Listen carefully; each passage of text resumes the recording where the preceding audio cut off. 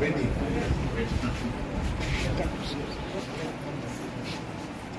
बेटा है तो बेटे ही बेटा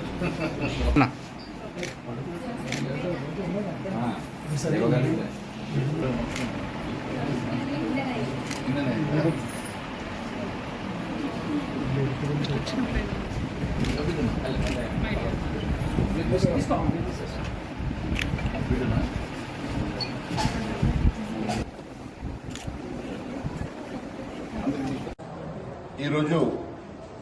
సెప్టెంబర్ 17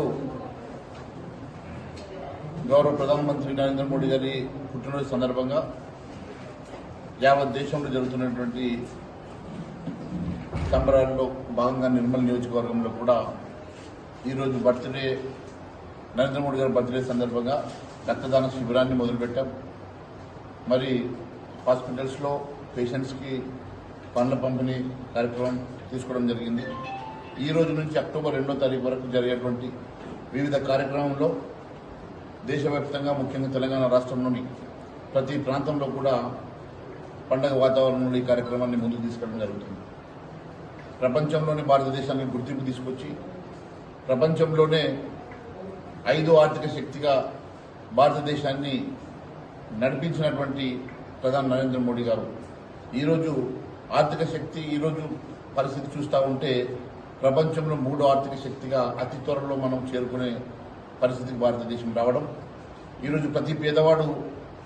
నరేంద్ర మోడీ గారి నాయకత్వంలో మధ్యతరగతి కింద మధ్యతరగతి నుంచి మధ్యతరగతికి రావడం, గరీబీ హఠావో కార్యక్రమాన్ని పేదరిక నిర్మూలన కార్యక్రమాన్ని పెద్ద ఎత్తున నరేంద్ర మోడీ గారి నాయకత్వం తీసుకెళ్లడం జరుగుతూ ఉన్నది. ముఖ్యంగా 70 సంవత్సరాలు దాటిన ప్రతి ఒక్కరికి 5 లక్షల రూపాయల ఇన్సూరెన్స్ని కూడా నరేంద్ర మోడీ గారు ప్రారంభించడం జరుగుతున్నది. దానికి ఇన్కమ్ లిమిట్స్ లేకుండా ఏ వ్యక్తి అయినా సరే 70 సంవత్సరాలు దాటితే వారందరికీ కూడా మరి 5 లక్షల రూపాయల ఆరోగ్య భద్రత కింద ఇన్సూరెన్స్ ఇవ్వడం అనేది భారతదేశ చరిత్రలో మొట్టమొదటిసారిగా యావత్ భారతదేశంలో ఈ కార్యక్రమం తీసుకోవడం చాలా ఆనందదాయకం అని చెప్పి తెలియజేస్తా ఉన్నాను.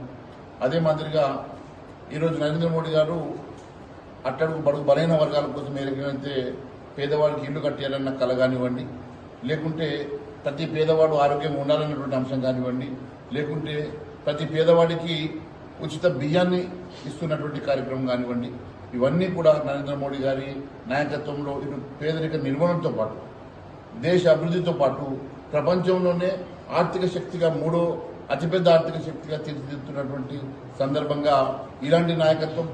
ప్రపంచం కోరుకున్న నాయకత్వం ఈరోజు భారతదేశానికి ఉండడం అనేది గర్వకారణమని తెలియజేసుకుంటూ మరి వారి పుట్టినరోజు సందర్భంగా